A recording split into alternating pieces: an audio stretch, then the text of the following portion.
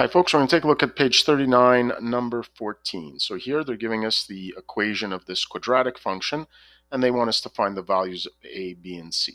All right, so since we're looking for three unknowns, they should be giving us three pieces of information, and that's exactly what they're doing. So one of them is a point on the parabola, and then they give us the values of these two limits. All right, so let's start with I'd say the easiest one. Let's take the point. So here, when I input f at 0, what do I get? I get, well, a times 0 squared plus b times 0, so all of that 0, plus c, so I'm only left with c, and I know that f at 0 is equal to 0.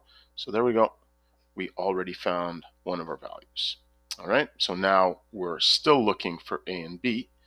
All right, so let's see what happens. So it's the second piece of information is that they tell us that the limit of this function as x approaches 1 is equal to 5. Now keep in mind, this is a parabola, okay, and parabolas, polynomials, they don't have any discontinuities, so they're continuous, they have limits everywhere, and their limits are equal to their function values, because that's what it means to be continuous, is the limit exists and the limit is equal to the function value. So here, let's take this piece of information. So the limit as x approaches 1 of f at x, which is my ax squared plus bx. I've already determined that c is equal to 0, so I don't need to include it. And I know that that limit is equal to 5. But as we said, this is a continuous function, so the limit exists, and it's just equal to the function value at 1. So I can just replace x by 1. So a times 1 squared plus b times 1, and all that has to be equal to 5. And look at that, we end up with one equation in two unknowns. Okay, which is good because I'm given another piece of information, so hopefully I can get another equation in these two unknowns and solve that. Okay, so let's do that here. The limit as x approaches -2 of ax squared plus bx. All right, and what's that? Needs to be equal to 8.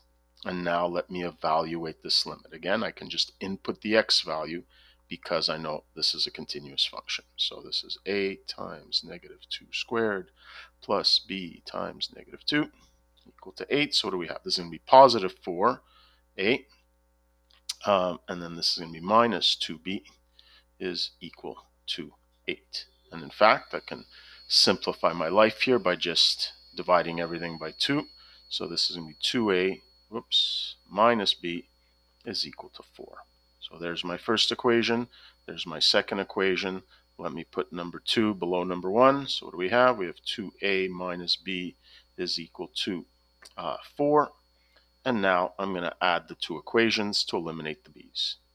Okay, so a plus 2a is 3a. Okay, b minus b, that disappears. And 5 plus 4 is 9. So my a value is just equal to 3. All right, now let's find the b value. Here, I'll take this here. A is, take equation 1. So a we know is equal to 3 plus b is equal to 5. So b is just equal to 2.